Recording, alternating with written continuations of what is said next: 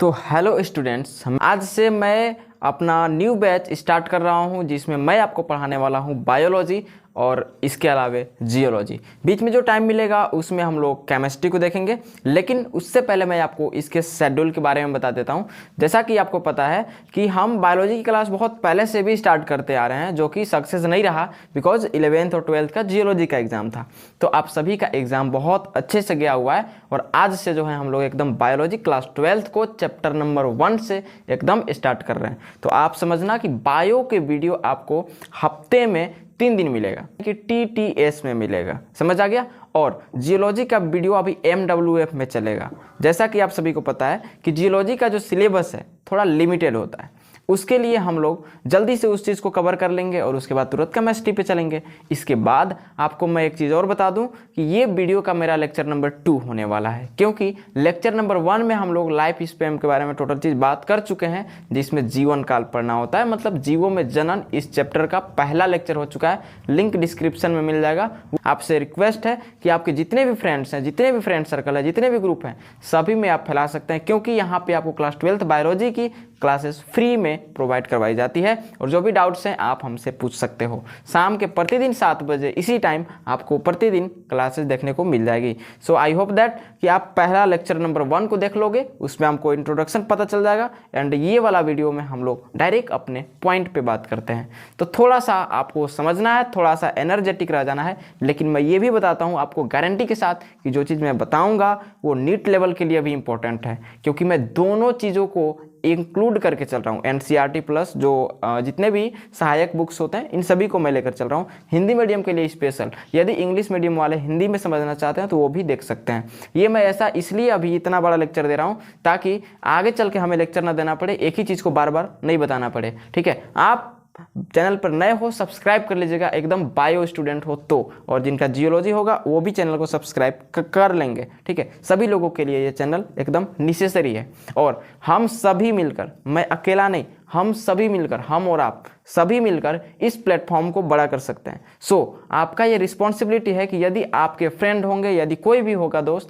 तो जिस तरीके से मैं समझाऊंगा, यदि ये समझ आपको आता है तो आप एक दूसरे को शेयर पक्का करोगे। इसी में असली दोस्ती की पहचान की जाती है। सो दोस्तों, आज के इस वीडियो में हमारा जो टॉपिक है वो टॉपिक है रिप्रोडक्शन। जैसा कि मैंने बताया था कि संसार में सभी प्राणी रिप्रोडक्शन प्रोसेस द्वारा नए संततियों को जन्म देते हैं, अपने जैसे देते हैं, कुछ में विविधताएं पाई जाती है ना, इसीलिए उनका आज अस्तित्व है। अन्यथा आप ऐसे ही दिमाग लगाइए कि यदि जनन का प्रोसेस नहीं होगा, रिप्रोडक्शन का प्रोसेस नहीं होगा, तो इस पृथ्वी पर उसकी प्रजाति का अस्तित्व का खात्मा हो जाएगा, यानी कि वो खत्म हो जाएंगे, है ना।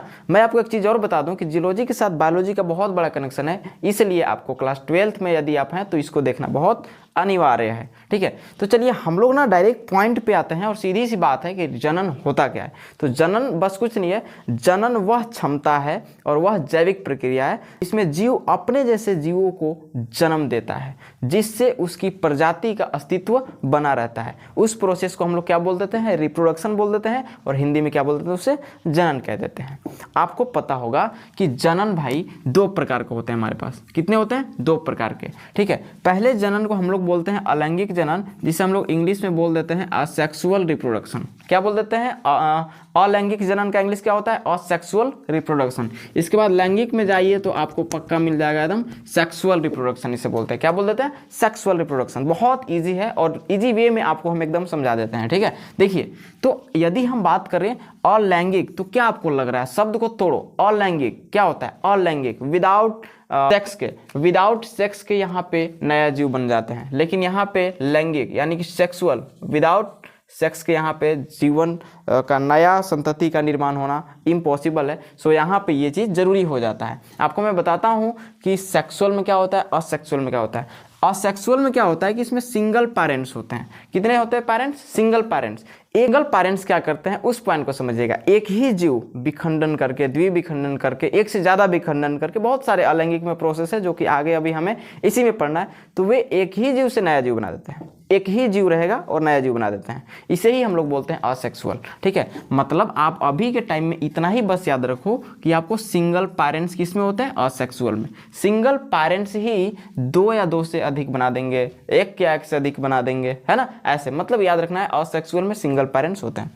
इसके बाद देखिए बाई पैरेंटल, ठीक है, जैसा कि आपने केमिस्ट्री में पढ़ा हुआ है सॉल्यूशन चैप्टर को, उसमें क्या आता है, सबसे पहले हम लोग सॉल्यूशन पढ़ते हैं तो उसमें एक आता है बाइनरी सॉल्यूशन, नाम सुना है, बाइनरी सॉल्यूशन, ठीक है। तो उसमें मतलब कि दो चीज़ों का योग रहेगा तब जाकर वो सॉल्यूशन बनता है, और मैक्सिमम जो सॉल्यूशन चैप्टर में यही पढ़ना है, ठीक है। तो केमिस्ट्री को भी थोड़ा थोड़ा इंक्लूड करते चल रहे हैं समझाने के लिए ट्रिक। बाई मतलब होता है क्या चीज़, जैसे बाई कार्बोनेट, नाम सुने हो, बाई कार्बोनेट, ठीक है। तो ऐसे ही बाई पैरेंटल यानी कि दो दो अभिभावक मिलेंगे, कितने, दो पेरेंट्स मिलकर यहाँ पे लैंगिक जनन करते हैं, जिसमें फर्स्ट मेल होता है और सेकंड क्या होती है, female. First male and second female, male और फीमेल जाति का होना अत्यंत आवश्यक है किसमें, बाइनरी सेक्सुअल रिप्रोडक्शन में, किसमें, बाई पैरेंटल सेक्सुअल रिप्रोडक्शन में। बाई पैरेंटल रिप्रोडक्शन में मेल एंड फीमेल का होना अत्यंत आवश्यक है, एकदम याद करके आपको रखना है। देखिएगा नंबर 2 स्टेप में सेक्सुअल में क्या होता है कि इसमें नर युग्मक पाया जाता है, क्या पाया जाता है, नर युग्मक, ठीक है। इसके बाद मादा युग्मक भी पाया जाता है। बाई पैरेंटल में एक मेल हो रहा है, सेकंड वाला फीमेल हो रहा है, मेल मतलब होता है नर, तो नर युग्मक होगा, फीमेल का मादा युग्मक हो जाएगा, इतना तो कंप्लीट है ना, 2 युग्मक होगा। थर्ड स्टेप में जबकि यहाँ पे देखिए कुछ नहीं होगा, सेकंड में भाई सिंगल पेरेंट से मेल है कि फीमेल है पता ही नहीं है, इनका कोई अपना जाति ही नहीं होता कि आप मेल हैं कि फीमेल हैं, ठीक है। इसके बाद आप देख सकते हैं कि तीसरा नंबर पे मैंने यहाँ पे लिखा हुआ है युग्मक जनन होता है। जैसा कि मैंने बताया कि भाई by parental male and female मिलेंगे तभी रिप्रोडक्शन होगा। कौन सा रिप्रोडक्शन होगा, मेल फीमेल मिलेंगे तो सेक्सुअल रिप्रोडक्शन होगा। तो आपको ये समझना है कि लैंगिक जनन में 2 युग्मकों का होना तो आवश्यक हो गया यहाँ पे, इसीलिए एक नर युग्मक और एक मादा युग्मक दोनों का युग्मक जनन होगा। कौन सा जनन होता है, युग्मक जनन। तो युग्मक जनन होने के बाद ये बनाते हैं युग्मनज, क्या बनाते हैं जी, युग्मनज बना देते हैं। इतना कंप्लीट है। अब देखिएगा जब युग्मनज बनेगा तो उससे पहले जब युग्मकों का जनन होगा, ध्यान दीजिएगा, नर युग्मक और मादा युग्मकों का जब मिलन होगा, ध्यान दीजिए, नर युग्मक और मादा युग्मक दोनों का जब मिलन होगा, मिलन, तो उसी प्रोसेस को हम लोग बोलते हैं निषेचन। क्या बोलते हैं, निषेचन, और इसे इंग्लिश में बोल देते हैं हम लोग फर्टिलाइजेशन। ये आपका ना डायरेक्ट इंक्लूड कर रहा होगा क्लास 10th वाले बायोलॉजी से, है ना, तो क्लास 10th वाले से बहुत ज़्यादा इंक्लूड करता है। तो यहाँ पर देखना निषेचन, इसको इंग्लिश में बोल दिया फर्टिलाइजेशन, जबकि भाई इसमें बाई पैरेंटल सेक्सुअल रिप्रोडक्शन हो रहा है, इसलिए इतना प्रोसेस हो रहा है, जबकि यहाँ पे आपका कुछ नहीं है। चौथा में भी क्रॉस, 3 में भी क्रॉस, कुछ नहीं हो रहा है यहाँ पे, ठीक है। इसके बाद बस इतना याद रखो, सिंगल पेरेंट्स अभी तक है, इसमें सिंगल पेरेंट्स ही करेगा, इसी के बारे में डिटेल में अभी हम लोग आगे बढ़ने वाले हैं, ठीक है। तो यहाँ पे देखो 5वां नंबर पे हमने बताया कि एक n मतलब 2n बराबर में क्या मिला दिया, संलयन होने के बाद जब संलयन होता है, निषेचन एक तरीके का संलयन है। निषेचन क्या है, संलयन किसका, नर युग्मक और मादा युग्मक का। जब n प्लस n दोनों को मतलब n इंटू n कर देंगे तो 2n बन जाएगा, यानी कि जब 2n बनेगा तो आप एक दिमाग लगाइए कि यदि मेल का युग्मक अलग है, फीमेल का युग्मक अलग है, दोनों को भले हम संलयन करा देंगे, क्या एक जैसा बनेगा, दिमाग लगाइए, मेल का युग्मक और उसका युग्मक, या क्रोमोसोम कोई देखो, इसका क्रोमोसोम इसका क्रोमोसोम, क्या एक जैसा बन जाएगा, नो। इनका क्रोमोसोम को हम लोग क्या कर देंगे, फर्टिलाइजेशन करवाएंगे। तो फर्टिलाइजेशन करने के बाद इनमें थोड़ा सा ना थोड़ा सा अंतर देखने को मिलेगा, तो उसी को बोल रहे हैं कि ये कुछ माता का गुण आ जाएगा, कुछ पिता का गुण आ जाएगा, तो जाकर थोड़ा थोड़ा गुण को हम लोग कर देंगे, तो जो युग्मनज बनेगा, मान लो ध्यान दीजिएगा कि ये वाला है मेल का युग्मक, ठीक है, और ये वाला है फीमेल का युग्मक, ठीक है, इतना कंप्लीट है ये वाला। अब मेल और फीमेल का दो वो लक्षण, मतलब कोई जो लक्षण होगा वो लक्षण जाएगा आगे, लक्षण जाने के बाद जो युग्मनज बना, यानी कि जो अगला जो संतान बन रहा है, वो अगला संतान में पक्का विविधता पाई जाएगी, अंतर पाई जाएगी कि नहीं पाई जाएगी। देखिए 100% में 95% जो स्पीसीज होते हैं या जो सेक्सुअल रिप्रोडक्शन करते हैं, उनमें उनके माता और पिता दोनों का गुण पाया जाता है, ठीक है। कुछ केसेज में 5% केसेज में ऐसे होते हैं कि भाई पिता के जैसा तुरंत फोटोकॉपी ही बन जाता है वैसे, ठीक है, बट आपको जनरल वाला याद रखना है यहाँ पे। तो मेल और फीमेल में विविधता तो पाई जाएगी, आप खुद ही दिमाग लगाइए ना, आपकी जो मम्मी होगी वो अलग खानदान की है, पिताजी जो हैं वो अलग खानदान के हैं, और आप एगो नया खानदान बन गए हैं, तो क्या दोनों में मैच करेगा, कभी नहीं कर सकता। तो क्या पाई जाएगी, अंतर पाई जाएगी, तो उसी को बोलते हैं ऐसे। अब देखिएगा उसी के अंतर के अकॉर्डिंग इसमें इवोल्यूशन होता है। क्या होता है? इवोल्यूशन। इवोल्यूशन का हिंदी होता है विकास। क्या होता है? विकास। थोड़ा सा विकास होगा अलग चीज का, मान लीजिए कि एक खानदान का एक खानदान का एक, बीच में एक खानदान दूसरा, तो ये एक अलग प्रकार का विकास करेगा, इवोल्यूशन करेगा, है कि नहीं? तो ये होता है आपका क्या चीज? लैंगिक जनन। जबकि आपको यहाँ पता होना चाहिए अलैंगिक में कि इनमें जनक समान होते हैं। जनक क्या होते हैं? समान होते हैं, और इसे हम लोग क्लोन कहते हैं। जनक समान होते हैं और ज़्यादातर क्या होते हैं? क्लोन इसे हम लोग कहते हैं। इसमें देखिएगा क्लोन में किसे कहते हैं? क्लोन कहते हैं किससे हैं? और असेक्सुअल रिप्रोडक्शन में एक चीज़ आपको एक चीज़ और पता होना चाहिए कि आनुवांशिक तथा लाक्षणिक, आनुवांशिक की तरीके से भी, मतलब उसका डीएनए भी सेम, केंद्रक भी सेम, टोटल चीज़। जैसे कि आपको मैं एक चीज़ बताता हूँ कि कोई एक जीव है ना, कोई एक जीव है, ये आगे चल के, और इसके बीच में केंद्रक है, मतलब जीव है तो एनिमल सेल पाया जाएगा, बीच में केंद्रक है, आगे चल के ये बड़ा हो जाएगा, केंद्रक लंबा हो जाएगा, आगे चल के ये अलग अलग जाकर बट जाएंगे, ये केंद्रक ही फिर बट जाएगा अलग अलग। तो ऐसे, तो सेम वैसे ही देखिए, एक ही केंद्रक था, एक ही सेल था, यही सेल बड़ा हो गया, मतलब परिपक्व हो गया, रेडी हो गया, इसके बाद क्या केंद्रक क्या हुआ? अलग अलग तरीकों में जाकर बट गया। तो क्या केंद्रक का संरचना अलग हुआ? ध्यान देना, क्या इसी को हम आगे वृद्धि करवाए टाइम टू टाइम, इसके बाद इसको टाइम टू टाइम आगे जाने के बाद ये बट गया दो भागों में, तो क्या इसमें अलग से कुछ जुड़ा? क्या? नो, यही वाला चीज वह जाकर कट के दो बन चुका है। ठीक है, तो इसमें क्लोन बोलते हैं। इसका आनुवांशिक यानी कि डीएनए संरचना भी सेम रहेगा, ठीक है, और लाक्षणिक संरचना भी सेम रहेगा। मतलब जिस प्रकार से इसका सारा चीज था सेम, उसी प्रकार से इसका भी हुआ, और जो इनसे जो बने उनका भी हुआ। तो यहां तक समझ आ गया कि आनुवांशिक तथा लाक्षणिक तरीके से जो है असेक्सुअल रिप्रोडक्शन में सभी समान होते हैं, और जनक भी समान होते हैं, और सिंगल पेरेंट्स होते हैं। कितने? सिंगल पेरेंट्स होते हैं।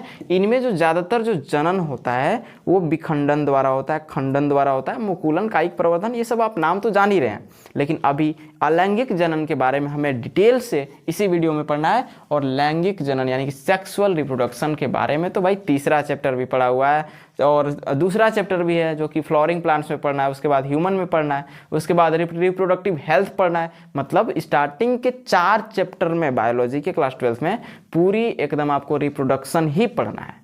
तो पूरा एकदम आप आधा प्रोडक्टिव डॉक्टर बनने वाले हो, तो एकदम बढ़िया से डिटेल में आपको बताया जाएगा। चैनल पर नए हो सब्सक्राइब कर लीजिएगा। चलिए अब जो है हम लोग आते हैं असेक्सुअल रिप्रोडक्शन की ओर, और देखते हैं कि असेक्सुअल रिप्रोडक्शन में कौन कौन सी ऐसी विधियां हैं जो कराई जाती है, और उन विधियों के बारे में हमें जानना अत्यंत आवश्यक है। लेकिन एक चीज़ मैं आपको एक कहना चाहता हूं, जैसा कि आपको लाइफ स्पेन के बारे में पता होगा, जीवन काल, तो पार्ट 1 वीडियो में मैंने बहुत सारे जीवन काल के बारे में बताया हुआ है। तो आपको ना एक चीज़ पता होना चाहिए कि जो एक कोशिकीय जीव होते हैं, वो कभी मरते नहीं हैं। उनका जीवन तो आता है धरती पे, जन्म तो होता है, लेकिन वो अमर होते हैं। क्या होते हैं? अमर। आपको पता होनी चाहिए, जैसा कि मैंने अभी तुरंत एग्जाम्पल दिया इसका, ये मर गया? आप ही से क्वेश्चन है कि भाई इंसान को जन्म से लेकर उसकी प्राकृतिक मृत्यु तक के काल को हम लोग क्या बोल देते हैं? जीवन काल बोल देते हैं। लेकिन आपको क्या लगता है कि ये एक कोशिकीय था, एक ही कोशिका है इसके पास, क्या ये मर गया? नो, ये अमर है। कैसे अमर है? इसी का विखंडन होकर 2 बना है। ये इसका अस्तित्व देखिए, यदि एक जीव से दूसरा जीव बन गया, मान लीजिए कि इससे दूसरा जीव बन गया, 1 से 2 तो बन गया, क्या इसका अस्तित्व खत्म हो गया? यस, इसका अस्तित्व खत्म हो गया, लेकिन इसी प्रकार की दूसरी जाति यहाँ पे ऑलरेडी बन चुके हैं। समझ आ गया? आगे ये भी वृद्धि करेंगे, 2 से 4 बनेंगे, 4 से 8 बनेंगे। तो पूर्वत कोशिकाएं, जो पूर्वत कोशिकाएं होती है ना, उनका अस्तित्व खत्म हो जाता है और आगे चलते रहते हैं। तो क्या वे मर गए? नो, बस पिछला कोशिका ना खत्म हो गया। मान लीजिए कि यही कोशिका है, यही टूटा है, तो ये तो भैया खत्म ना हो गया एक तरीके से, अब यही वाला चीज हुआ 2 बन गया है। तो यहाँ पे ये पॉइंट है, थोड़ा कॉन्सेप्ट है, इसको समझिएगा। जैसे अभी आगे हम लोग अमीबा के बारे में पढ़ेंगे, पैरामीशियम पढ़ेंगे, तो सब समझ में आते चले जाएगा। ठीक है, तो आइए हम लोग स्टार्ट करते हैं अलैंगिक जनन को, जो कि आपको डीप में अभी पढ़ना पड़ेगा। जैसा कि आप क्लास 10th में ही पढ़ चुके होंगे कि अलैंगिक जनन के बहुत सारे प्रकार होते हैं, लाइक मुकुलन हो गया, द्विखंडन हो गया, खंडन हो गया, है ना, एक से ज़्यादा विखंडन हो गया, ऐसे कुछ करके बहुत ज़्यादा आप चीज़ पढ़े होंगे। बीजाणु समासंग आप पढ़ चुके हो, कायिक प्रवर्धन आप पढ़ चुके हो। तो उसी चीज़ों को यहाँ पर भी थोड़ा सा विस्तार में करके बताया हुआ है। बाकी और कुछ नहीं है। देखिए अलैंगिक जनन में आपको क्या देखने को मिल रहा है, अलैंगिक जनन में दो प्रक्रिया आते हैं जी। अलैंगिक प्रक्रिया में दो प्रक्रिया आता है अलैंगिक रिप्रोडक्शन में, यानी कि असेक्सुअल रिप्रोडक्शन में। पहला आता है नेचुरल, क्या आता है, नेचुरल असेक्सुअल रिप्रोडक्शन। इसके बाद आता है आर्टिफिशियल, जिसको हम लोग कृत्रिम बोलते हैं, जिसको मानव भी करा सकता है ना, ऐसे। तो वही है अलैंगिक जनन का दो विधि, एक आता है प्राकृतिक और एक आता है कृत्रिम। तो प्राकृतिक में देखिए दो चीज़ है, प्राकृतिक में दो चीज़ तो सजीव के रूप में हमें मिलते ही हैं। सबसे पहले वाले को एनिमल आप जानते हैं बोलते हैं, सबसे सेकंड वाले को क्या बोल देते हैं हम लोग, प्लांटी, यानी कि प्लांट बोल देते हैं, प्लांट्स बोल देते हैं। चलिए इतना कंप्लीट है। तो देखिए जंतुओं में क्या होता है कि जंतुओं में पहला जनन के प्रोसेस में आपका विखंडन आता है। क्या आता है, विखंडन, जिसे हम लोग इंग्लिश में फिजन बोल देते हैं। क्या बोल देते हैं, फिजन। और देखिए विखंडन का ही दो भाग है, आप क्लास 10th में उतना डीप में नहीं पढ़े होंगे, लेकिन यहाँ पर डीप पढ़ना है। देखिए असेक्सुअल रिप्रोडक्शन को दो भागों में बांट दिए, पहला प्राकृतिक, दूसरा कृत्रिम, यानी कि पहला नेचुरल और दूसरा आर्टिफिशियल, ऐसे। अब देखिए नेचुरल को दो भागों में फिर बांटना है, यानी कि नेचुरल प्राकृतिक में हमें क्या मिलता है, दो चीज़ सजीव के रूप में, एक मिलते हैं एनिमल और एक मिलते हैं प्लांट्स, ठीक है। तो सेल के आधार पर यदि बांटे कोशिकाओं के आधार पे, तो एक मिलता है एनिमल सेल, एक मिलता है प्लांट सेल, ऐसे, ठीक है। तो ऐसे ही विखंडन जो फिजन था, फिजन पहला नंबर पे आता है जंतुओं में होने वाले ये सभी हैं। ये जितने भी आप लिस्ट यहाँ पे अभी देख रहे हो, ये जंतुओं में होने वाले हैं। सबसे पहले आता है विखंडन, जिसको इंग्लिश में फिजन कहते हैं। और विखंडन दो प्रकार के होता है भाई साहब। सबसे पहला होता है बाइनरी फिजन। सबसे पहला क्या होता है, मतलब विखंडन का सबसे पहला वाला पार्ट, यानी कि फिजन का पहला क्या होता है, बाइनरी। जो सबसे ज़्यादा इसको ट्राइनरी बोल दीजिए, आगे भी बहुत ज़्यादा, एक से ज़्यादा, दो या दो से बहुत ज़्यादा जिसमें खंडन होता है, उसको ये वाला बोल देते हैं, सेकंड वाला। तो विखंडन का सबसे ए में क्या हो गया, द्विविखंडन, बी में क्या हो गया, जो सबसे ज़्यादा विखंडन करे, ऐसा कुछ नाम दिया गया है। सबसे सेकंड वाले में आप देख सकते हैं एनिमल में कि और कौन सा विधि है जिसमें अलैंगिक जनन होता है, तो उसको हम लोग बोलते हैं फ्रैगमेंटेशन। क्या बोलते हैं, फ्रैगमेंटेशन, यानी कि उसको यदि हम हिंदी में देखें तो उसे हम लोग खंडन बोलते हैं। क्या बोलते हैं, खंडन, या इसी को हम लोग खंडीकरण भी इसे बोलते हैं, खंडीकरण, विखंडीकरण, ऐसा कुछ नाम है। तो उस इंग्लिश से आप पकड़ सकते हो, इसीलिए मैंने बताया कि बायोलॉजी में कुछ कुछ इंग्लिश का वर्ड में ही आपको जानना पड़ेगा, जैसे कि फ्रैगमेंटेशन, ये आपको याद रखना पड़ेगा। फिजन मीन्स होता है क्या चीज़, विखंडन होता है। क्या होता है, विखंडन। इसके बाद बडिंग, बड को काट देता है, मुकुल, बड मीन्स क्या होता है, मुकुल। तो मुकुल को काट कर और जनन कराने की प्रक्रिया वो क्या हो जाता है, मुकुलन होता है। इसके बाद स्पोरुलेशन, यानी कि बीजाणु जनन। क्या होता है, बीजाणु जनन। ये प्राकृतिक विधियां हैं और ये होते हैं किन में, एनिमल्स में होते हैं। किन में होते हैं, एनिमल्स में होते हैं। अभी तक आपको जो चीज़ हम पढ़ा है वो यही पढ़ा है कि भाई अलैंगिक जनन का दो विधियां हैं, या सेक्सुअल रिप्रोडक्शन का दो विधियां हैं। फर्स्ट में क्या है, नेचुरल अलैंगिक जनन, यानी कि नेचुरल और सेक्सुअल रिप्रोडक्शन, इस साइड में प्राकृतिक और इस साइड में कृत्रिम। इतना कंप्लीट था भाई। प्राकृतिक में हम लोग दो चीज़ों में बांटते हैं जंतुओं को, कितने भागों में, दो चीज़ों में, एक एनिमल में एक प्लांट में। बहुत आसान है। एनिमल में 4 प्रकार से रिप्रोडक्शन होता है। पहला आता है आपका विखंडन, जिसको हम लोग इंग्लिश में फिजन बोलते हैं। विखंडन को दो भागों में बांट दिया है। सबसे पहले द्विविखंडन, जिसको बाइनरी फिजन बोलेंगे। ट्राइनरी, फोर्थनरी, आप आगे कितने भी ले जा सकते हैं, जिसको हम लोग एक से ज़्यादा खंडन बोल दिए। इसके बाद नंबर 2 पे आता है हमारे पास, जिसको हम लोग बोल देते हैं फ्रेगमेंटेशन। क्या बोलते हैं, फ्रेगमेंटेशन, यानी कि उसको हम लोग बोल सकते हैं खंडन, या उसी का नाम है खंडीकरण। समझ आ गया। नंबर 2 भी कंप्लीट। नंबर 3 में था बडिंग। नंबर 3 में क्या था, बडिंग, यानी कि मुकुलन, मुकुल काट काट कर उसको हम लोग अगला जीव बना देंगे, ठीक है। इसमें कभी भी 2 पेरेंट्स की आवश्यकता पड़ी क्या, नो। बाइनरी पैरेंटल ये रिप्रोडक्शन है क्या, नो, क्योंकि यहाँ पे 2 चीज़ों की आवश्यकता ही नहीं हो रही है। भाई किसी का तोड़ कर बना रहे हो, किसी को 2 भागों में तोड़ रहे हो, किसी को ज़्यादा भागों में तोड़ रहे हो। खंडीकरण में जितना टूट सकता है उतना तोड़ सकते हैं आप। मुकुलन में किसी पेड़ का, जैसे हाइड्रा हो गया, हाइड्रा, तो हाइड्रा में जो मुकुल निकलता है वो मुकुल से ही नया जीव को बना देना, तो वो अलग चीज़ है, क्योंकि हम लोग जंतु की बात कर रहे हैं, तो प्लांट की अभी नाम ही नहीं लेना है यहाँ पे, ठीक है। इसके बाद बीजाणु जनन, स्पोरुलेशन, कि भाई बीज है, बीज से ही हम लोग जनन करा दे रहे हैं, ठीक है ना। अब यहाँ पे देखना बीजाणु जनन इसमें नहीं आएगा, बीजाणु जनन अलग होता है जंतु में, जो कि अभी आपको हम बताने वाले हैं इसी वीडियो में आगे, ठीक है ना। इसमें आगे आपको इतना नहीं घबराना है। अब जो सेकंड वाला जो था, इसको आप नोट करते चलोगे, नोट्स इसका नहीं मिलेगा। प्लांट्स में देखो, हमारे पास क्या बच गए, पादप। पादप में जो विधि है वो विधि को हम लोग बोलते हैं कायिक प्रवर्धन। नाम सुने हैं आप लोग, क्या बोलते हैं इसको, कायिक प्रवर्धन। देखिए कायिक प्रवर्धन होने का जो पहला जो तरीका है वो तना के द्वारा हो सकता है ना। नंबर 2 में जड़ के द्वारा हो सकता है जी। किसके द्वारा होगा, जड़ के द्वारा हो सकता है। इसके द्वारा, इसके नंबर 3 पे पत्तियों द्वारा भी हो सकता है, पत्ती द्वारा भी तो हो सकता है। तो कायिक प्रवर्धन के पादपों में इतने सारे विधियां आती है, आप याद रखना है। प्लांट में असेक्सुअल रिप्रोडक्शन बहुत कम ही होता है, बहुत कम, बहुत कम। प्लांट में असेक्सुअल रिप्रोडक्शन बहुत कम प्लांट्स में होते हैं, ज़्यादातर सेक्सुअल रिप्रोडक्शंस होते हैं। इसीलिए आपके बायोलॉजी का चैप्टर नंबर 2 का नाम है sexual reproduction in flowering plants, की पुष्पी पादपों में लैंगिक जनन, ऐसा कुछ करके नाम दिया गया है। ऊतक संवर्धन ये आता है आर्टिफिशियल में। भाई बताइए, यदि किसी संतति को उत्पन्न करना है, यदि कोई नए एक ही जीव जैसे दूसरे संतति का निर्माण करना है, तो क्या मानव के पास अपनी क्षमता है कि कोई दूसरे प्लांट्स के बारे में या कोई दूसरे जीव का जनन करवा दे? यहाँ पे तो मानव के पास तो इतनी क्षमता नहीं है। मानव के पास इतनी क्षमता है बस सिर्फ और सिर्फ इतना कि वो अपने जैसे जीवों का जनन के द्वारा उत्पन्न कर सके, बस यही तो है मानव का काम ना। इसीलिए आर्टिफिशियल में बस एक ही है, क्या, ऊतक संवर्धन। आगे पढ़ने को मिल जाएगा नेक्स्ट वाले क्लास में। इस वाले क्लास में अब चलिए हम लोग बहुत डीप में चलकर पढ़ लेते हैं विखंडन, यानी कि फिजन असेक्सुअल रिप्रोडक्शन होता कैसे है।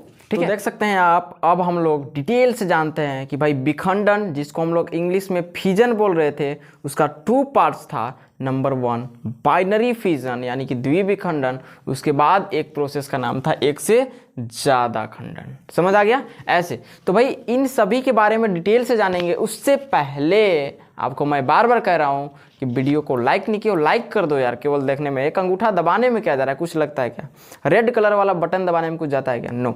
ठीक है, तो आप इतना तो कर ही सकते हो, यही आपका मेरे लिए गुरु दक्षिणा होता है। ठीक है, आपसे मैं एक चौवन्नी तो मांगता नहीं हूँ, है ना। केवल लाइक करना है और चैनल को सब्सक्राइब करना है और लोगों में शेयर भी करना है, इसमें भी पैसे नहीं लगते हैं। ठीक है, आपको इतना तो करना ही पड़ेगा। देखिए सबसे पहले क्लोन फॉर्मेशन में हम लोग एक चीज़ समझिए कि क्लोन क्या होता है कि नहीं। सबसे पहले समझो क्लोन होता क्या है। क्लोन अभी आपको पता होगा कि एक ही प्रकार के जंतु, एक ही प्रकार के दिखेंगे, एक ही प्रकार का सेम, उनका डीएनए स्ट्रक्चर भी बराबर रहेगा। लक्षण जो शरीर के, जो शरीर का आकारीय लक्षण होगा, एक्टिविटी होगा, शरीर जो काम करेगा, जो शरीर में जैविक प्रक्रियाएं होंगी, वे सभी एक समान होंगी। उसके अलावा उसके शरीर का आनुवांशिकी, है ना, रचनाएं भी सेम हो जाएगी। जैसे कि यहाँ पे आप देख सकते हो क्लोन फॉर्मेशन मैंने दिया अलैंगिक जनन का, ये पार्ट्स हो जाता है। इसमें मैंने दिया समरूप जीव। क्या दिया? क्लोन मतलब भी होता है समरूप। क्लोन का मतलब क्या होता है? समरूप। सम मतलब बराबर, रूप एक ही जैसे रूप वाले को समरूप बोलते हैं। और फॉर्मेशन मतलब होता है कोई भी जीव की उत्पत्ति, किसी भी चीज की उत्पत्ति। तो क्लोन फॉर्मेशन, समरूप जीवों की उत्पत्ति कैसे होती है, तो आप देख सकते हो आकार एवं आनुवांशिकी रूप से समान लक्षणों वाले जीवों को हम लोग क्या बोल देते हैं जी? क्लोन बोल देते हैं। एकदम आप लिख सकते हो क्लोन, क्लोन। क्लोन आपको समझ नहीं आ रहा ना? एक ही बात आपको याद रखना है कि क्लोन क्या होते हैं। क्लोन केवल एक कोशिकीय जीव होते हैं, ध्यान देना। क्लोन केवल एक कोशिकीय जीव होंगे। जैसे आपको अभी जस्ट बताया थे, एक अमीबा टूटेगा, टूटकर एक ही जैसा बन जाएगा, तो क्या हो गया? क्लोन हो गया। क्या सेक्सुअल रिप्रोडक्शन में अभी जस्ट आपको बताया थे कि एक एन दूसरा एन से टाइल करके 2n यदि बनाया, 2n, तो क्या 2n में विविधता पाई जाएगी? तो वहां पे आंसर था यस। और विविधता पाई जाएगी तो उसका विकास भी अलग हो जाएगा, यानी कि उसमें इवोल्यूशन होगा। सेम इसी प्रकार से यहाँ पे थोड़ा सा जस्ट ऑपोजिट होता है कि यहाँ पर आकार से, आनुवांशिकी तरीके से, डीएनए भी, शरीर का लक्षण भी, शरीर में जो गतिविधियाँ होती है सब सेम नहीं, सब सेम ही होता है, सब सेम होता है। ठीक है, जैसे मैंने फिर एक बार बनाया फिगर, और कोई फिगर आपको बनाने का प्रयास कर रहा हूँ कि जैसे यहाँ पे मान लीजिए, अभी आपको पता चल ही जाएगा। अभी टोटल चीज़ हम बताते हैं। क्लोन की एक है, इससे 2 बन गया, एक ही चीज़ अगर टूट कर 2 बन गया तो भाई एक ही जैसा बना कि नहीं बना, इसमें कोई विविधता आएगा क्या? क्या इसमें 2 चीज़ मिला? यदि इसमें 2 चीज़ मिलता तब जाकर इसमें विविधता हो सकती थी, लेकिन ये अकेले ही टूटकर दो चीज़ बना है, इसलिए इसमें कोई भी विविधता नहीं पाई जाएगी। इसलिए यह आकार एवं आनुवांशिक रूप से क्या हो जाएगी, समान हो जाएगी। इसी को हम लोग क्या बोल देते हैं, क्लोन बोल देते हैं। आई होप दैट कि आपको क्लोन समझ में पूरी तरीके से आ गया होगा। चलिए अगला हम लोग बात कर लेते हैं, जिसको हम लोग बाइनरी फिजन कहते हैं। यहाँ पे हम लोग विखंडन का परिभाषा लिखने से कोई मतलब नहीं है, विखंडन होता ही नहीं, क्योंकि विखंडन का दो पार्ट्स होता है। नंबर 1 इज बाइनरी फिजन, यानी कि द्विविखंडन, और एक होता है एक से ज़्यादा वाले खंडन, है ना। तो देख सकते हो आप यहाँ पे, आपने क्लास 9th में एक चैप्टर आता है, या क्लास 11th में आपने पढ़ा होगा, प्रोटिस्टा एवं मोनेरा, पढ़ लिया। प्रोटिस्टा एवं मोनेरा ये ऐसे कुछ जगत हैं जिसमें हम लोग प्रोकैरियोटिक कोशिकाओं के बारे में पढ़ते हैं। प्रोकैरियोटिक समझते हैं, एक कोशिकीय का ग्रुप, बहुत ज़्यादा उसमें होता है। मोनेरा एंड प्रोटिस्टा में एक कोशिकीय यानी कि प्रोकैरियोटिक की संख्या बहुत ज़्यादा होती है। यदि आप क्लास 11th में पढ़ें तो 9th में भी पढ़ें तो भी काम कर जाएगा। तो वही चीज़ मैंने लिखा कि प्रोटिस्टा एवं मोनेरा में जनक कोशिका, जो जनक कोशिका होते हैं, मैंने बताया था कि अलैंगिक जनन में जनक कोशिका एक ही होता है और एक ही टूट कर नया बनाएगा। तो वैसे ही प्रोटिस्टा एवं मोनेरा, आपको ये समझाने के लिए मैंने प्रोटिस्टा मोनेरा का यूज किया है, अन्यथा आप नहीं भी कर सकते हो, नो प्रॉब्लम, यहाँ पे कोई दिक्कत नहीं है। तो जनक जो है, जनक कोशिका दो बराबर भागों में विभक्त हो जाते हैं और नए जीवों को जन्म देते हैं। भैया इसी प्रक्रिया को हम लोग बाइनरी फिजन कहते हैं, यानी कि द्विविखंडन कहते हैं। ये प्रोसेस होगा कि इनमें, वो अमीबा में होगा। अमीबा में वही चीज़ को हम लोग बोलते हैं कि भाई कोशिका टूटकर दो पार्ट में बन गया ना भैया, इसी दो पार्ट्स को हम लोग उसका विधि बना देंगे कि यही दो विधि द्वारा वो बनता है। सो मैंने यहाँ पे लिखा है कि इन जीवों में, यानी कि प्रोटिस्टा एवं मोनेरा में कौन से जीव पाए जाएंगे, अभी जस्ट आपको बताए थे, प्रोकैरियोटिक। यानी कि प्रोकैरियोटिक किसे कहते हैं, एक कोशिकीय जीवों को, ठीक है। तो एक कोशिकीय जीवों में कोशिका विभाजन एक प्रकार की जनन विधि है। क्या है, जनन विधि। क्या हम लोगों में ऐसा होता है क्या, हम लोग का एक हाथ कट जाता है, आज भी निशान है, देखो ऐसे करके फट गया था यहाँ पे, या इतना फट गया था, ठीक है। तो क्या यहाँ पे कोशिका विभाजन हुआ, ये भरा गया, ये भरा चुका है, तो क्या ये जनन का विधि था, नो। यहाँ पे सेल डिवीजन हुआ, कोशिका विभाजन हुआ, लेकिन ये भरा गया। लेकिन वही जस्ट अपोजिट, यदि एक कोशिकीय जीवों में, यदि वो कोशिका, भाई हम लोग तो एक से ज़्यादा कोशिका वाले हैं ना, तो हम लोगों में तो ऐसे भी सेक्सुअल रिप्रोडक्शन होता है। लेकिन आप एक दिमाग लगाओ कि यदि कोई एक ही टुकड़ा हो सेल का, एक ही सेल ही वो एक जीव का रूप हो, जैसे अमीबा होता है, पैरामीशियम होता है ना। तो ये भैया जितने भी चीज़ें प्रोटिस्टा मोनेरा में आते हैं ना, प्रोटिस्टा में, मोनेरा में, ये दोनों आ जाते हैं, अमीबा पैरामीशियम ये सब आता है। तो भाई उनमें अकेले एक कोशिका ही है, तो वो टूटेगा तो टूट के दो चीज़ बना, या तीन चीज़ बना, या चार को बन गया, तो भाई उससे मतलब नहीं है। लेकिन उस प्रक्रिया को, यानी कि विभक्त होने की प्रक्रिया को, और वो नया चीज़ बनिए जाएगा फिर आगे जाने के बाद, तो उसी प्रक्रिया को ही हम लोग क्या बोल देते हैं, आपको द्विविखंडन। समझ आ रहा है ना। आपको नींद नहीं आना चाहिए, अभी आपको नींद आ रहा है, हमें लग रहा है ऐसा, ठीक है। नींद नहीं आना चाहिए, बढ़िया से पढ़ाई करो, ठीक है। एकल कोशिकीय जीव द्विखंडन विधि से जन्म लेते हैं। भाई इस प्रकार की जो भी प्रोसेस हुआ, उस प्रोसेस में हम तीसरा पॉइंट तो डाल ही सकते हैं कि भाई संसार में जितने भी एक कोशिकीय जीव होंगे, वे सभी द्विखंडन विधि से क्या करेंगे, जन्म लेंगे। इतना तो कंप्लीट है ना। अब देखिए आपको विखंडन में नंबर 1 इज क्या था, बाइनरी फिजन, यानी कि द्विविखंडन। तो द्विविखंडन आपको पता चल चुका है, जो कि सबसे पहला एग्जाम्पल आपके पास आता है अमीबा। सबसे पहले क्या आता है, अमीबा, और नंबर 2 पे क्या आ जाता है आपके पास, पैरामीशियम। क्या आता है, पैरामीशियम। आपको बस कुछ नहीं, एक NCERT बुक लेना है बायोलॉजी का, और जब भी मैं पढ़ा रहा हूं तो आपको उस बुक को अपने सामने रखना है। मेरी बातों को ध्यान से मानिएगा, तभी आप सक्सेस कर पाओगे। भले क्लास में कितने भी लोग जुड़े, उससे फर्क नहीं पड़ता है, लेकिन मैं जो बात बोल रहा हूं, आपके पास NCERT का एक बायोलॉजी का बुक होना चाहिए। यदि आप हिंदी वाले हैं तो हिंदी में, इंग्लिश वाले हैं तो इंग्लिश में, बस आपको समझने के लिए, क्योंकि मैं जो पॉइंट्स यहाँ पे बोल रहा हूँ सभी इंक्लूड करता है किसको, NCERT को। और ये जरूरी है भाई साहब, लोग यहाँ पे सहायक बुक ले लेते हैं। मैं आपको एक चीज़ दिखाता हूँ, क्लास 11th का ना मेरे पास यहाँ पे एक सहायक बुक था, यहाँ पे देख सकते हो आप, इतना मोटा सा प्रकाशन है दिनेश का, जिससे मैं पढ़ाई किया हूँ। ये केमिस्ट्री मैं पढ़ा हुआ हूँ, ठीक है। तो भाई एक चीज़ आपको बताना, ये अब ISC वाले जो न्यू बैच वाले हैं, ये क्लास 11th का है ना। तो भाई अभी जो 10th वाले जो न्यू बैच मेरा 10 अप्रैल से स्टार्ट हुआ है, वो देखेंगे ना, उनका हार्ट अटैक हो जाएगा। पहले भाई इतना मोटा पढ़ना तो पड़ेगा, लेकिन भाई मैं आपको बता दूं कि मैंने ज़िंदगी में आज तक कोचिंग नहीं किया, ज़िंदगी में आज तक एक दिन भी किसी के पास कोचिंग पढ़ने नहीं गया, और मैंने सिर्फ और सिर्फ ऑनलाइन पढ़ाई किया। ठीक है, तो वैसे ही आप यदि मेरे को भी फॉलो करते हो तो आपको ये पता होना चाहिए कि आप यदि मेरे को भी फॉलो करेंगे तो आपको हम उस लेवल तक पहुंचा देंगे कि आप नीट के एग्ज़ाम दे सकते हो, कोई भी एग्ज़ाम दे सकते हो। यदि आप बायो हैं तब तो नीट तो आपको देना ही है। ठीक है, इस प्रकार के हम मुकाम तक भी आपको पहुंचाने का गारंटी लेते हैं, बस आपकी सपोर्ट चाहिए, क्योंकि एक अकेला इंसान कुछ नहीं कर सकता है। ठीक है, यदि हम उतरे हैं फील्ड में तो क्या अकेले कुछ नहीं कर पाएंगे, और ये फील्ड ही ऐसा है, बहुत लोगों का साथ की आवश्यकता होती है, तो साथ तो देना पड़ेगा। चलिए, तो आई होप दैट द्विविखंडन आपको कंप्लीट हो गया होगा। आप इसको लेना चाहें तो एक बार स्क्रीनशॉट आप ले सकते हो। ठीक है, अब हम लोग ऐसे विखंडन की ओर चलेंगे जिसमें एक जीव नहीं, मतलब एक जीव नहीं, एक कोशिकीय जीव ही रहेगा। ध्यान दीजिएगा, उसमें भी प्रोटिस्टा रहेगा, मोनेरा रहेगा, जनक कोश का एक ही रहेगा। बस यहाँ पे दो भाग नहीं रहेगा, दो से ज़्यादा। क्या हो जाएगा? दो से ज़्यादा भागों में विभक्त हो जाएंगे, और इस प्रक्रिया को हम लोग क्या बोल देंगे? बहुखंडन बोल देंगे। डिफिनेशन क्लियर, एक के लाइन में हो गया। कुछ कुछ केसेज में बहुखंडन होता है, सभी में नहीं होता है।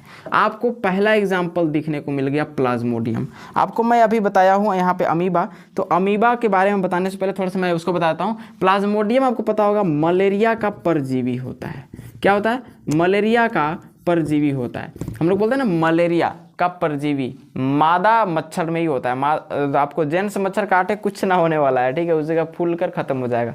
लेकिन मादा मच्छर के लार्वा में होता है प्लाज्मोडियम, जो कि एक प्रोटोजोआ होता है। क्या होता है? प्रोटोजोआ।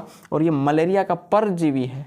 मलेरिया को ढोकर आपको शरीर में, ब्लड में, आरबीसी में खदेड़ देगा, और वहाँ पे जाके प्लाज्मोडियम इतना विखंडन करेगा, इतना विखंडन करेगा। है प्लाज्मोडियम में कोशिकीय, ध्यान देना, प्रोटिस्टा मोनेरा में आता है। ठीक है, प्लाज्मोडियम। अब ये काम कैसे करेगा आपको मैं बताता हूँ। मलेरिया होता कैसे है कि मलेरिया में यदि कोई मच्छर काट दिया, हालांकि 8वां चैप्टर में पढ़ना है आपको, ह्यूमन हेल्थ एंड डिसीज वाले में, इसी क्लास में। तो जैसे मलेरिया हुआ तो कभी मच्छर मान लो कि इस जगह पे कट कर दिया, मेरा इस जगह पे क्या कर दिया? काट दिया। काटने के बाद आरबीसी ब्लड है, आरबीसी ब्लड में प्लाज्मोडियम प्रवेश कर जाएगा। अब देखिएगा, प्लाज्मोडियम जब बाहर था तो भैया एक कोशिकीय था, ब्लड में जैसे ही गया तो उसके लिए अनुकूल परिस्थिति है, वो अनुकूल, उसके लिए वही है घर, उसमें जाने के बाद ही वो काम करेगा। तो भैया इतना ना वो विखंडन करने लगता है कि एक नहीं, दो नहीं, चार नहीं, हजारों की संख्या में कर देता है। इसीलिए आपको 4 से 5 दिनों में मलेरिया हो जाता है। समझ आ गया? तो वो आगे पढ़ना है। मलेरिया का परजीवी क्या है? प्लाज्मोडियम। ऑब्जेक्टिव में भी काम करेगा। मलेरिया का परजीवी क्या है? प्लाज्मोडियम। और एक से ज़्यादा विखंडन किसमें होता है? प्लाज्मोडियम में। है एक कोशिकीय, मोनेरा प्रोटिस्टा में ही होता है। तो इसीलिए हम लोग अब पढ़ लिए। अब देखिए अमीबा में क्या होता है। ये तो भैया एक मान लीजिए कि एक होगा यहाँ पे, तो एक इधर, एक इधर, एक इधर, एक इधर, एक इधर, एक इधर, एक इधर, एक ही केंद्रक है, सब में छोटा छोटा केंद्रक वो बट गया। तो ऐसे कुछ होता है प्लाज्मोडियम में, जो कि अलग मैटर हमारा आ जाता है। लेकिन अमीबा में आप देखो कि इस प्रकार से एक कोई अमीबा का जीव होता है। फिगर भी आप बना सकते हो, आपके बुक में तो दिया हुआ है एनसीईआरटी में, मैंने बताया ना अभी कि बुक आपको देखना है। तो इसमें धीरे धीरे दिन पर दिन क्या हो जाएगा? ये लंबा होता चला जाएगा, तो इसका केंद्रक भी लंबा होता चला जाएगा। इसके अलावा इसमें सभी प्रकार के प्रोटोप्लाज्म पाए जाएंगे, जितने भी कोशिका द्रव्य होंगे सभी आपको पाए आए जाएंगे इसमें, है ना। इसके बाद इसको और ऊपर लेकर जाओ, और एकदम ये पतला होते चला जाएगा ऐसे करके केंद्रक इसका। इसके बाद एक टाइम आएगा कि एक छोटा सा बच्चा इधर अमीबा का आ जाएगा, एक छोटा सा बच्चा इधर। अभी तक मैं जितने फिगर्स बनाया हूँ, 2 भागों में डिवाइड किया हूँ, सब ऐसा ही होता है। सब में ये केंद्रक छोटा छोटा बच गया। एक समय आएगा कि 1 से 2 बन चुका है, ये 1 था बन गया 2। अब एक टाइम आएगा कि ये भी रिप्रोडक्शन कर करके 2 यहाँ पे, 2 यहाँ पे, इन लोग भी 2 से 4 से 8 से 16 से बनाते चले जाएंगे। तो इस प्रकार से होता है अमीबा में। आप फिगर अपने बुक से ड्रॉ कर लेंगे, ठीक है। हालांकि यहाँ पे कॉन्सेप्ट बहुत ज़्यादा समझना है। यदि आपको लेक्चर वीडियो से कॉन्सेप्ट समझ में आ जाता है, तब आप उतने एलिजिबल हो जाते हैं कि आप एनसीईआरटी बुक को बस एक बार पढ़ लोगे ना तो आपको याद हो जाएगा, ठीक है। तो अब हमारे पास 2 बहुत अच्छा चीज़ आता है, जो कि एक हमारे पास है बीजाणु जनन, एक आता है बीजाणु जनन, और एक अभी पढ़ना है हमें पुटी और पुटी भवन। सो अभी तक जो मैं बताया वो बताया यहाँ पे क्लोन फॉर्मेशन, एंड इसी में अभी था क्लोन फॉर्मेशन में ही कि माइटोसिस जो सेल डिवीजन का जो पार्ट्स था, इसमें समरूप डिवीजन होता है, तो उसको मैं बताना भूल गया था वहाँ पे, है ना। चलिए अब जो हमारा जो पॉइंट है वो पॉइंट ये है कि भाई पुटी क्या होता है, पुटी भवन क्या होता है और बीजाणु जनन क्या होता है, जो कि आपको असेक्सुअल रिप्रोडक्शन के दो भाग यानी कि प्लांट एवं एनिमल में यानी कि जंतु में, जंतु के चौथे वाले पार्ट्स में मैंने बताया था कि बीजाणु जनन भी जंतु में होता है। तो बीजाणु मतलब आप लोग समझ गए, बीज मतलब समझा कि ये तो गलती हो गया, एनिमल में नहीं आना चाहिए, प्लांट में होना चाहिए। भैया नहीं, यहाँ पे होता है। कैसे? अब देखिएगा, आपको मैं ऐसे थोड़ा समझा देता हूँ, उसके बाद लिखे हुए पे चलेंगे। देखिए सबसे पहले देखिए उससे पहले आप समझो वातावरण। वातावरण दो प्रकार का होता है, एक होता है अनुकूल, एक होता है प्रतिकूल। क्या कभी हम लोगों के साथ भी ऐसा नहीं होता है क्या? हम लोग ठंडी के दिन में या बसंत ऋतु को बहुत अच्छा मानते हैं, भाई गर्मी ठंडी सब लेवल में रहे। ऐसे बढ़िया ऋतु हम लोग कब मानते हैं भाई? सब टाइम पे बारिश भी हो जाए, थोड़ा सा ठंडी भी पड़े, गर्मी भी पड़े, बढ़िया लेवल में एकदम अच्छा माहौल, समझो ऐसा। तो उस चीज़ को हम लोग बोलते हैं हमारे अनुकूल है। अब बताइए बहुत ज़्यादा ठंडा हो जाए तो स्वेटर जैकेट पहन लेते हैं, क्यों? क्योंकि वो हमारे लिए प्रतिकूल हो जाता है, उल्टा विपरीत प्रभाव पड़ता है, अच्छा नहीं लगता है। बहुत ज़्यादा गर्मी पड़ रहा है तब भी पसीना आ रहा है, बेना क्या बोलते हैं उसको, धुक रहे हैं। धुकना मतलब ऐसे से हिला कर ऐसे से ठंडा लेना, देहाती भाषा का वर्ड है। इसके अलावा कूलर चला रहे हैं भैया, पंखा चला रहे हैं, ऐसे चला रहे हो भाई, क्यों? क्योंकि वातावरण प्रतिकूल है। आप देखें कभी कि एसी बस होता है तो लिखल रहता है वातानुकूलित, वातावरण के अनुकूल अंदर में बनाया हुआ है, न ज़्यादा ठंडी न ज़्यादा गर्मी, ठीक है ऐसे। तो वैसे ही परिस्थितियां दो प्रकार के, एक अनुकूल और एक प्रतिकूल। आप समझदार हैं, इतना पता है। अनुकूल का मतलब ये होता है कि यदि अमीबा अनुकूल परिस्थिति में है, अमीबा अनुकूल परिस्थिति में है तो उसमें द्विखंडन विधि से जनन हो जाएगा। द्विखंडन आप समझ रहे हो, मतलब कि एक जो जनक सेल रहेगा वो दो पार्ट्स में क्या हो जाएंगे, डिवाइड हो जाएंगे, ठीक है। ये हो गया अनुकूल का खेला, जो कि अभी पीछे जस्ट आपको हम बता चुके हैं। अब अगला पॉइंट आता है कि भाई मौसम प्रतिकूल आ जाए।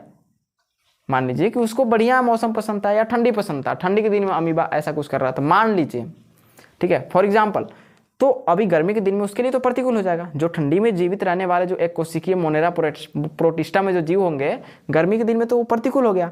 तो भैया, और ज़्यादातर ऐसे ही होता है गर्मी के दिन ही सबको, क्योंकि टेम्परेचर बर्दाश्त नहीं होता सबसे, तो भाई गर्मी के दिन में उसका क्या होगा कि प्रतिकूल इफेक्ट पड़ेगा। तो प्रतिकूल में क्या होगा कि भाई जहाँ पे दो करना होगा ना, तो अपना तो रक्षा करेगा, गर्मी से बचने का तो रक्षा करेगा ना। जैसे ठंडी के दिन में कैसे हम लोग रक्षा करते हैं, स्वेटर जैकेट पहनकर, तो वैसे ही रक्षा करेगा। तो प्रतिकूल परिस्थितियों में ये सिकुड़ जाता है, मतलब जो अमीबा होता है सिकुड़ के छोटा सा बन जाता है और ऊपर से बहुत एक लेवल, दो लेवल, 3-4 लेवल का एक बहुत मोटा सा परत बना लेता है। जैसे मान लो कि ये अमीबा था, ये अमीबा है ना, यहाँ पे इसका सब चीज़ यहाँ पे आ जा रहा है। मान लीजिए कि ये नॉर्मल, ये अनुकूल वातावरण में है। अब प्रतिकूल में क्या हो जाएगा, इसके जस्ट ऑपोजिट, सेम जैसे जैसे था इसी के ऊपर 3-4 गो लेयर बना लेगा और अपने दर के सिकुड़ के और छोटा सा हो जाएगा, सिकुड़ के छोटा सा बन जाएगा और ऊपर मतलब ये कठोर आवरण बना लेता है। तो इस चीज़ को, ये कठोर आवरणवा को ना हम लोग पुटी बोल देते हैं। क्या बोल देते हैं? पुटी। और इस प्रक्रिया को, ये बनने की प्रक्रिया को ही हम लोग पुटी भवन भी बोल देंगे। इसी चीज़ को मैंने लिख भी दिया, क्लियर भाषा में आपको समझ आ जाएगा कि पुटी भवन को इंग्लिश में इंसिस्टोशन बोलते हैं। क्या बोलते हैं? इंसिस्टोशन बोलते हैं, इंसिस्टोशन, ठीक है। देखिए विपरीत यानी कि प्रतिकूल परिस्थितियों में अमीबा अपने पादाब मतलब होता है कि जो उसका साइज है, जहाँ पे वो रहता है वो, तो अमीबा अपने पादाब को क्या कर लेगा कि संकुचित कर लेता है। फॉर एग्जांपल आप समझो कि इतना बड़ा अमीबा था, है ना, अभी इसका साइज जो है एकदम छोटे कुंडे कर लेगा, यानी कि सिकुड़ जाएगा, छोटा सा बन जाएगा, छोटा सा बन के, और इसके ऊपर में 3-4 गो लेयर बना देगा ऐसे, जो कि अत्यंत कठोर रहेगा। इसको एकदम पेंट कर दीजिए आप लोग, है कि नहीं, ऐसे। तो इसी त्रिस्तरीय, देखिए, तथा अपने परत को संकुचित कर देता है तथा अपने परत को त्रिस्तरीय कठोर आवरण बना लेता है। मतलब अपने परत के ऊपर 3 स्तर वाला या 4 स्तर वाला, 5 स्तर वाला कठोर परत बना लेता है। उसी को भाई हम लोग पुटी कहते हैं। समझ आ गया? पुटी माने समझो परत, पुटी माने क्या होता है? परत, बड़ा सा पुट्टी, ठीक है, तो उसको हम लोग बोल देते हैं पुटी। अब इसी प्रक्रिया को हम लोग पुटी भवन कह देते हैं, यानी कि इंसिस्टोशन बोल देते हैं। और पुटी को सिस्ट बोलते हैं। क्या बोलते हैं? सिस्ट, CYST, सिस्ट मतलब होता है पुटी। आई होप सो इतना तो आपको समझ में आ गया होगा। नेक्स्ट हम लोग बढ़ लेते हैं बीजाणु जनन की ओर, जो कि इस वीडियो का लास्ट टॉपिक है, बीजाणु जनन, जिसको हम लोग स्पोरुलेशन बोलते हैं। स्पोरुलेशन बहुत ही आसान है, आपको ये एनिमल में देखने को मिल जाएगा। अब देखना स्पोरुलेशन क्या होता है कि जैसे आप समझो कि यहाँ पर इसका प्रतिकूल परिस्थिति बना, जैसे कि आपको अभी यहाँ से रांची जाना है, हम लोग पलामू इलाके से आते हैं, मेरा एड्रेस मेराल होता है, पलामू प्रमंडल के अंतर्गत, है ना। तो आपको समझो कि यहाँ से रांची जाना है, 200 से 250 किलोमीटर यहाँ से रांची होता है। गर्मी का दिन है, बाइक से जाना है या बस से जाना है, भाई दूर तो है। तो गर्मी के दिन में ऐसे ही गाड़ी से जाएंगे विदाउट एसी, तो भाई मौसम तो प्रतिकूल हो गया हमारे लिए। क्या हो गया? प्रतिकूल। तो हम लोग कैसे तैसे ऐसे ही मतलब क्या बोलते हैं, खिड़की साइड में बैठेंगे, ऐसे ही जाएंगे, मतलब क्या बोलते हैं, आराम से जाने के लिए सोचेंगे। तो उसके लिए हम लोग व्यवस्था करेंगे। तो वैसे ही अमीबा जो है अनुकूल में नहीं था, इसको प्रतिकूल परिस्थिति मिला, विपरीत। तो ये एक व्यवस्था बना लिया जिसको हम लोग बोल रहे हैं पुट्टी, पुट्टी भवन। पुट्टी करके अपना एक परत बना लिया है मोटा सा, अब ये आराम से जाएगा। लेकिन अब समझना कि यदि हम एसी बस में बैठ गए और एसी वाला पूरा माहौल हमको मिल रहा है, ठंडक मिल रहा है, बढ़िया सब कुछ नॉर्मल चल रहा है, तो वहाँ पे हम लोग शर्ट का बटन नहीं खोल सकते हैं क्या? नॉर्मल नहीं रह सकता है क्या? नॉर्मल एकदम रहेगा ना, इंसान एकदम बढ़िया मस्ती करते हुए जाएगा। वैसे ही ये बोलेगा कि बेटा तू हमको 3 गो परत बना के भीतर सिकुड़ा दिया था, अभी चल तुमको हम पता चलाते हैं, बस हमारा खाली अनुकूल परिस्थिति में जा लेने दो। अब देखिएगा ये पगला करेगा का, अमीबा करेगा का, बीजाणु जनन में क्या करेगा कि जैसे ही ये अपना कठोर परत बना लिया, तेकरा पर कोई चीज़ का कोई असर नहीं पड़ने वाला है, तो ये भीतरे कुछ भी कर लेगा भाई। भीतरे बोलेगा कि अब तो हमारा गोली बंदूक से डरे नहीं है, भीतरे हमको जो करना है वो हम कर सकते हैं। क्या करेगा कि बहुखंडन करेगा। अचानक से इतना टूटेगा ना, बोलेगा कि मेरा एक एक कतरा का हिसाब करना, एक एक कतरा का एक एक अमीबा बना देना, ऐसे करेगा। ये अमीबा इतना खचरा होता है, ठीक है। यहाँ से टूटेगा, टूटने के बाद बोलेगा कि नहीं बहुत बर्दाश्त किए हैं, सिकुड़ा के रखा था, ऊपर से परत बनाया है।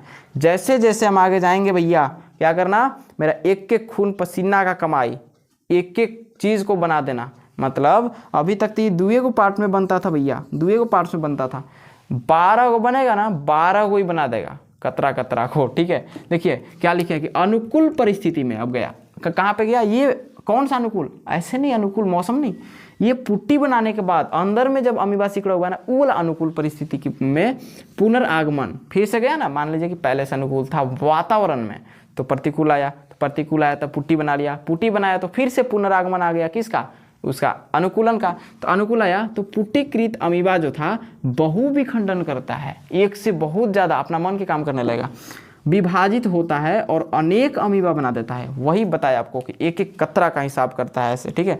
और इसी प्रक्रिया को हम लोग बीजाणु जनन कहते हैं, पुट्टी भवन में। समझ आ गया? तो भाई ये दोनों जो थे विखंडन वाले चैप्टर से संबंधित थे। अभी आपका फ्रेगमेंटेशन बच रहा है एक, और एक बडिंग बच रहा है, जो कि आने वाले नेक्स्ट क्लास में हम लोग दोनों तीनों को आगे जो भी टॉपिक्स होंगे कवर करते चलेंगे। अब आप लोग को कमेंट करना है, चैटिंग नहीं, कमेंट करना है कि क्लास कैसा लगा। नेक्स्ट क्लास ट्यूसडे को शाम 7 बजे आपको देखने को मिल जाएगी। मिलते हैं नेक्स्ट वीडियो में। ये क्लास कैसी लगी आप ज़रूर हमें फीडबैक दें, और यदि आप हमारी ऑफलाइन क्लासेस को ज्वाइन करना चाहते हैं तो दिए गए कॉन्टैक्ट या दिए हुए एड्रेस पे आप हमें कॉन्टैक्ट कर सकते हैं। मिलते हैं नेक्स्ट वीडियो में, तब तक के लिए जय हिंद।